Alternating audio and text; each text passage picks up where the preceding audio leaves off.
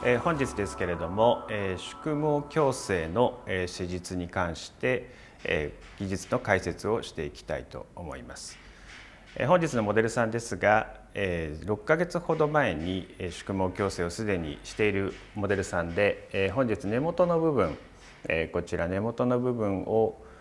新しく出てきている髪の毛の部分、この宿毛を宿毛矯正して伸ばしていくということの作業の解説をしていきたいと思っています。この作業においてまず必要なのが髪の毛をしっかり理解するということが必要になってきます。髪の毛ですが18種類のアミノ酸が結合をして縮重合してできているケラチンというタンパク質でできていると言われています。このケラチンというタンパク質ですがこのタンパク質の中にシスチン結合という S と S というふうな化学式で書かれますがこの結合が存在します。この結合を切断してもう一度再結合をするということでパーマ宿毛矯正が行われるというふうに言われております。ではこちら見ていただけると分かる通りこの根元の部分ですねこちらの部分が宿毛としてすでにうねりが出てきてしまっている部分ここの部分をしっかり宿毛矯正で伸ばしていくということが本日の作業になります。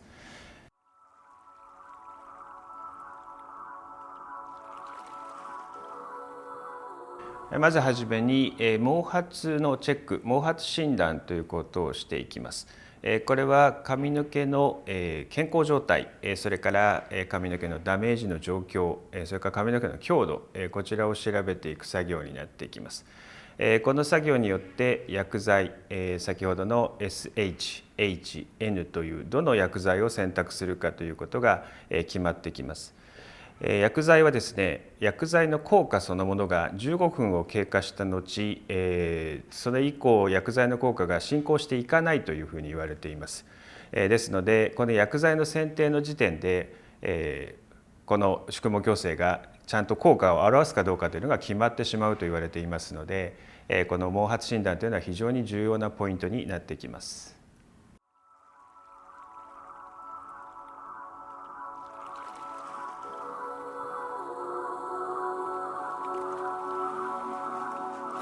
では毛髪の診断ですけれどもどの場所をやっていくかということでご説明をします。まず1つ目ですがネープこの後ろの部分ですね、このネープの髪の毛ここの髪の毛の診断をしていきます。もう一つは耳のちょうど上あたりですね、こちらの髪の毛の診断をしていきます。最後にフロント前髪の部分ですね、こちらの部分の診断をしていきます。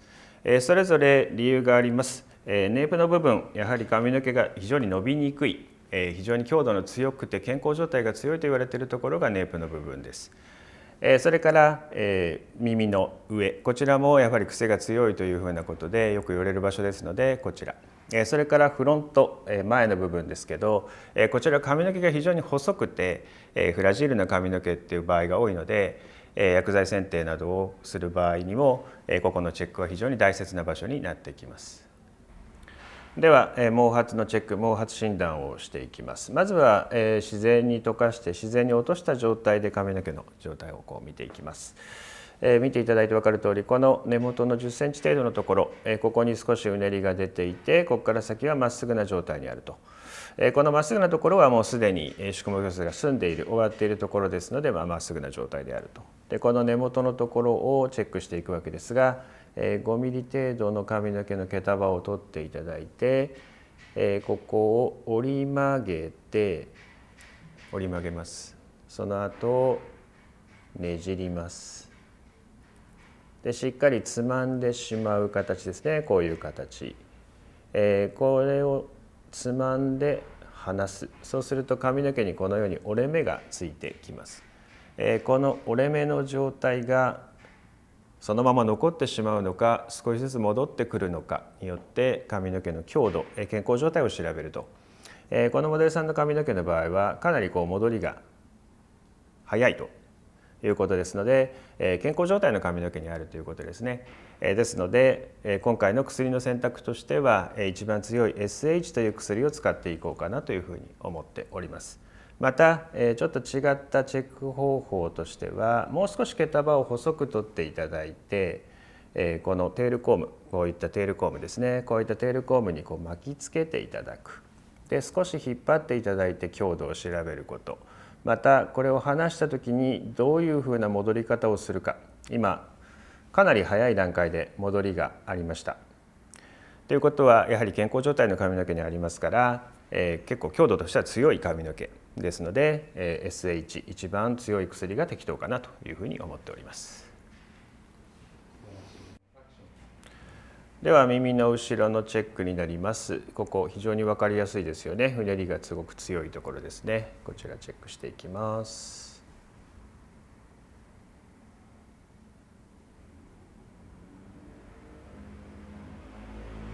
こういう状態ですね。では続いてはフロントの部分ですね。一番髪の毛が細い部分、こちらをチェックしていきます。同じように自然に落とした時にこの部分のうねり少し見えているかと思いますが、この部分を5ミリ程度分け取り、同じようにつまんで、こうしますとこう折れ目が残っています。で、後ろネープとか耳の上に比べると非常に戻りが遅い。ということは髪の毛が細くて少し、ダメージではないんですけどフラジルな状態の髪の毛にあるということがわかるかと思います。この部分は SH という強いものではなく中間の H という薬を使っていこうかなというふうに思っております。ではこれから、事前のシャンプーということに入っていきます。今回ミルボンの、同じブランドのですね、スムースという、シャンプー剤を使用していきたいと思っております。これは、シャンプーはですね、とにかく髪の毛の油分を取り除く、汚れを取り除く、それから髪の毛が濡れている状態にあると髪の毛が防潤といってキューティクルが開きやすい状態になりますので、しっかりシャンプーをするということが必要になってきます。ではこれからシャンプーに入りたいと思います。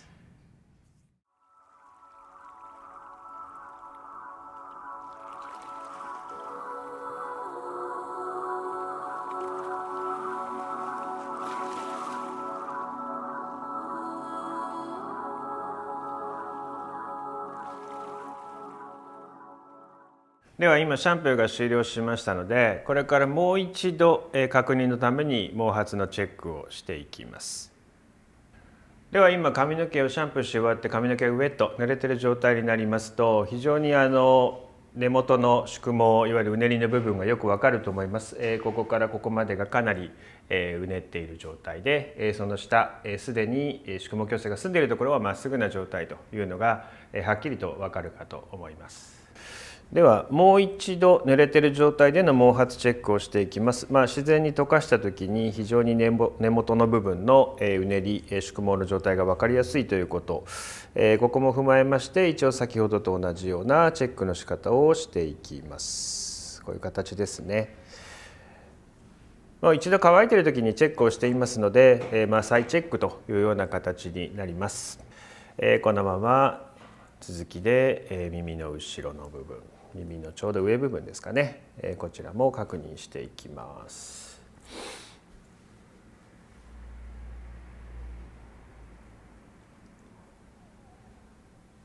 こういう状態ですね。最後フロントの部分ですね。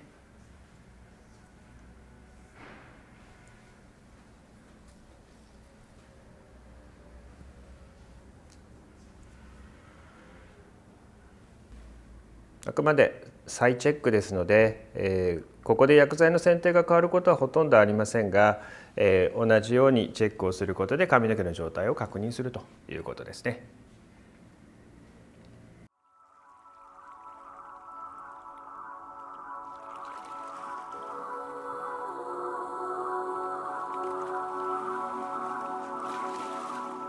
では薬剤の説明をしていきます。こちらが3種類、これが1剤と言われているものです。アルカリ剤および還元剤というふうに言われています。まずアルカリというのはどういう成分かというと、髪の毛というのは pH 値、水素イオン濃度、いわゆる酸性かアルカリかを示す濃度が 4.5 から 5.5 程度の弱酸性と言われています。これをアルカリに傾けることによって髪の毛を軟化させる、柔らかくするという効果がまずアルカリの効果となります。アルカリによって髪の毛が防潤、キューティクルという鱗のような、成分の部分が開く、ここによって髪の毛の中に薬剤が浸透しやすくなるという効果、まずこれがアルカリの効果になります。もう一つ、チオグリコール酸と言われているものがありますが、このチオグリコール酸は還元剤と言われておりまして、先ほどご説明したシスチン結合を切断するための薬剤となります。ミルボンではこのネオリシオというブランド、3つの一剤の強さ、成分が分かれています。SH、H、N というふうに3種類ありまして、SH がスーパーハード、H がハード、N がナチュラルというふうに分かれています。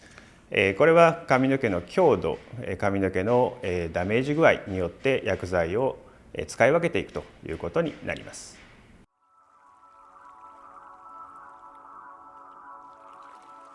またミルボンではこの AR アルカリリデュースという薬になりますけれども、こちらの薬もセットで使うようになっているんですが、このアルカリリデュースという薬はアルカリに傾ける濃度を 80% 還元します。要は 80% カットしますというような薬になりますので、一言で言うと保護剤、トリートメント剤に等しい使い方をしていきます。よって今回のモデルさんであれば根元の10センチ程度のところは一剤を塗布しますが、毛先のすでに宿毛矯正が終わっている部分に関してはこちらのアルカリリデュースという薬をつけて還元する、アルカリに傾ける濃度をできるだけ軽減して髪の毛の傷みを削減していこうということが目的になってきます。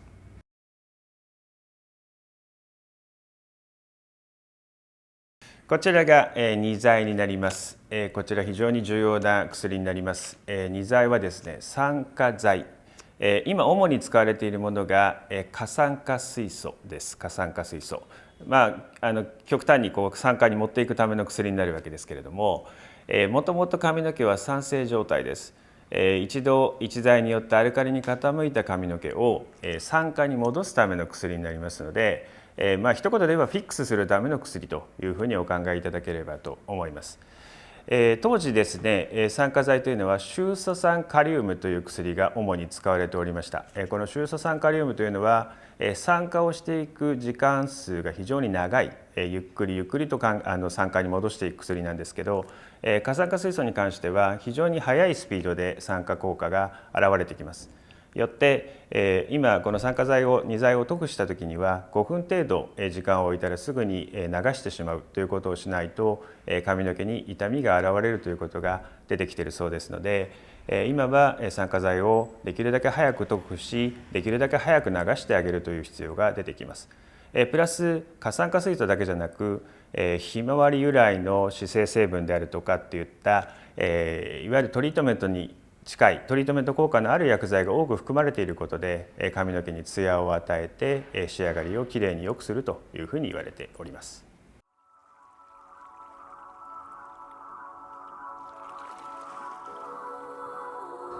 ではこちら AR アルカリリデュースという薬剤になります。この薬剤は先ほどご説明した通りで髪の毛のアルカリ濃度、アルカリに傾く濃度を 80% 軽減しますよという薬になりますので、すでに宿毛矯正が済んでいる、まっすぐになっている部分に塗布していくための保護剤というふうな形で考えていただければと思います。では髪の毛の分量によって変わりますが、だいたい 120g 程度をメインにして、薬剤を準備します。では今回は5ブロック、5つのブロックに髪の毛、頭を分けました。普段4つのブロックでも構わないんですが、アイロン操作をしたり薬剤を塗布する関係で少しやりやすいようにということで5ブロックに分けてみました。ではアルカリリデュースの薬剤の塗布に入っていきます。まずナチュラルな状態で落としてみていただくと、根元から10センチ、15センチ程度のところ、うねりがあります。ここが宿毛の部分ですね。ここから先はすでにまっすぐになっている宿毛矯正が済んでいる部分ですので、この部分保護していく形でアルカリリデュースをつけていきます。では薬剤を置いて伸ばします。中にしっかり揉み込むようにつけていただいて、一度二度コーミングをしてつけていきます。では2段目になりますが、同じように自然に落とした時に見える根元のうねりのある部分、宿毛をこれからする部分は除いてつけていきますが、つける時の注意点、頭皮に対して90度になるように毛束を引き上げてつけていくようにしてください。これはですね、この部分、これから宿毛をつけていく、宿毛をかけていく部分、下げて薬剤を塗布すると、この下側の部分にアルカリリデュースの薬がついていってしまうことになりますから、必ず90度に引き上げた状態で薬剤をこう塗布するようにしていってください。で毛束が厚い場合は必ず揉み込んで毛一本一本まで薬剤が塗布されるように心がけてつけるようにしてください。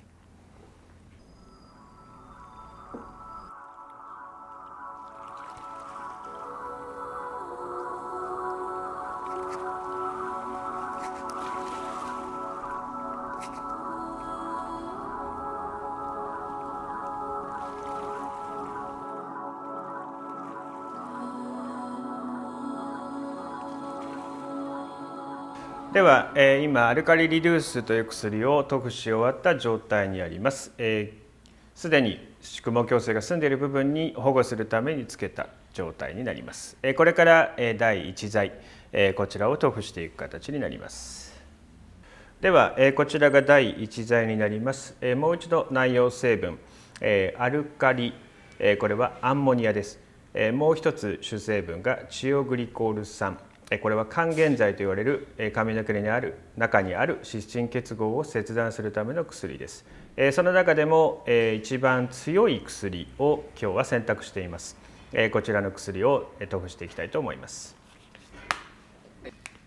こちら根元だけの塗布になりますので、だいたい60g ぐらいを目安にして出していきます。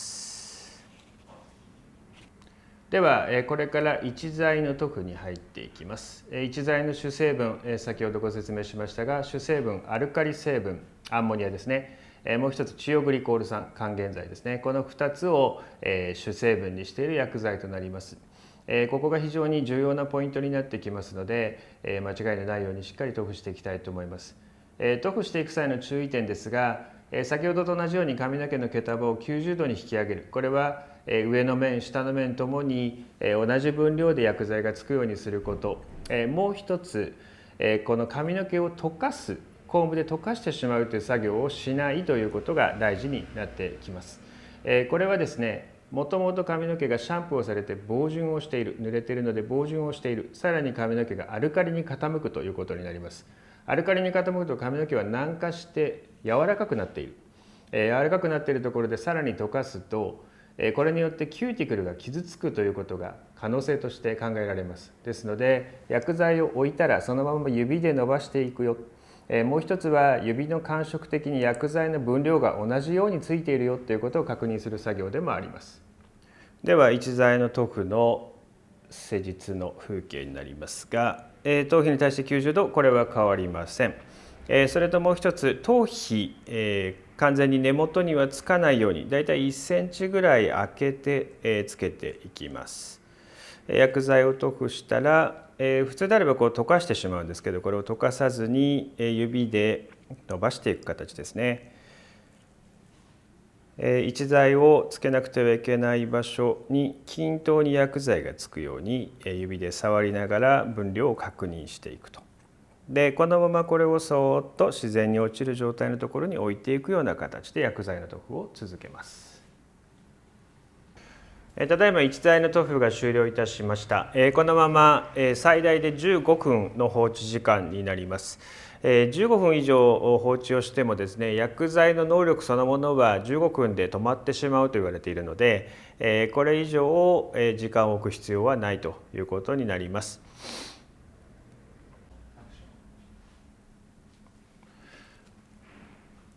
ラップなどをつけることによって水分の蒸発を防いで、また体温による温度、これによって薬剤の浸透能力を高めるということになってきます。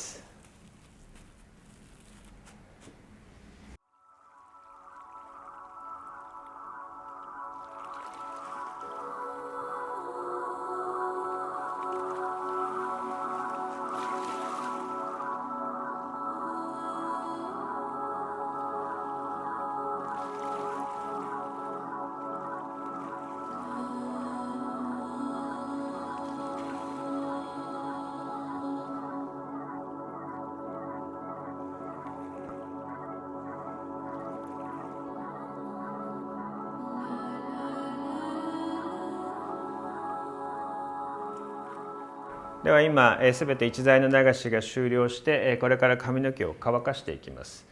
乾かしていくのは髪の毛全体の水分量の 80% 分を乾かすというふうな形で進めていきます。では乾かしていきますね。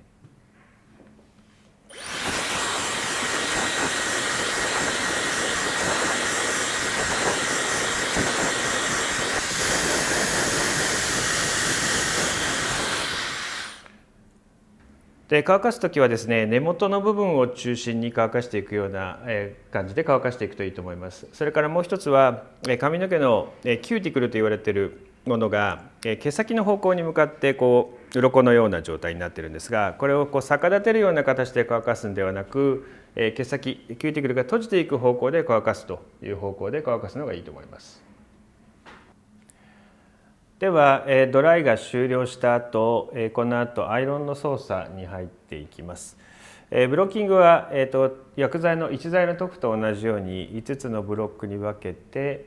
その後薄く1センチ弱ぐらいのスライスですね、このスライスでアイロンをかけていきます。で薬剤の塗布と同じように頭皮に対して90度に引き上げてアイロンをかけるということは変わりません。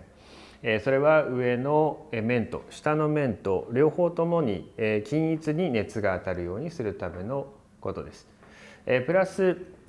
アイロンの温度、この温度はマックスで180度、これを超えると髪の毛が熱作用によってタンパク質が凝固してしまうということで180度までということで温度設定をしていきます。この温度に関しては髪の毛が少し傷んでいるダメージ毛とかそういうところは温度を下げたりして少し調整をしていくことになっていきます。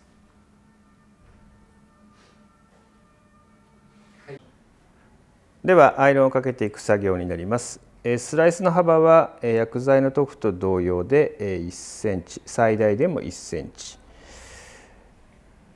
毛束を引き上げる角度、これは頭皮に対して90度。これは表の面、裏の面ともに同じ場所から熱がしっかり当たるようにということで同じ高さ90度の高さにしていきます。アイロンをかける際ですが1箇所2秒程度というふうに熱がしっかり髪の内部まで浸透するようにアイロンをかけていきます。毛先すでに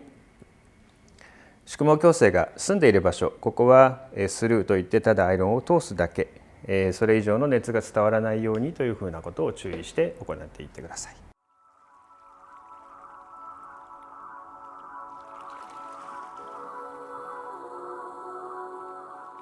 では今これがアイロンが終了した状態です。この時点ですでにツヤが出てきているまっすぐな状態になっています。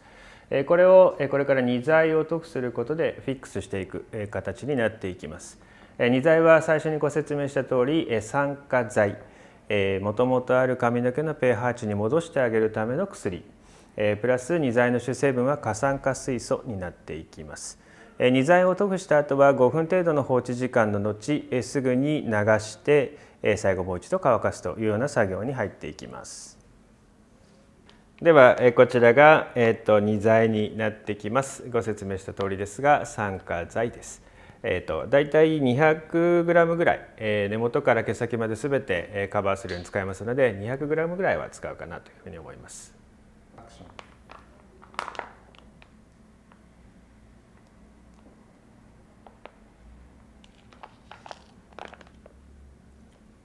ではこれから2剤を塗布していきますが、2剤の目的はとにかく髪の毛にまんべんなく全てに均等につくということが目的。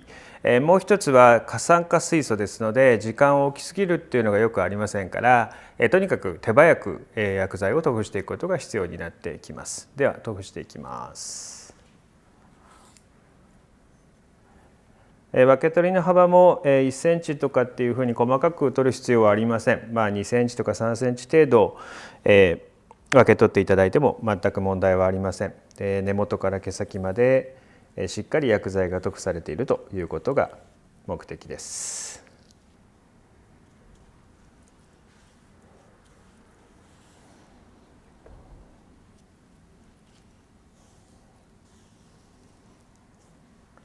このようにですね、できるだけ手早く全てにまんべんなくつくように塗布をすることが大事なことです。放置の時間ですが、だいたい5分を目安にすぐに流すようにしていきます。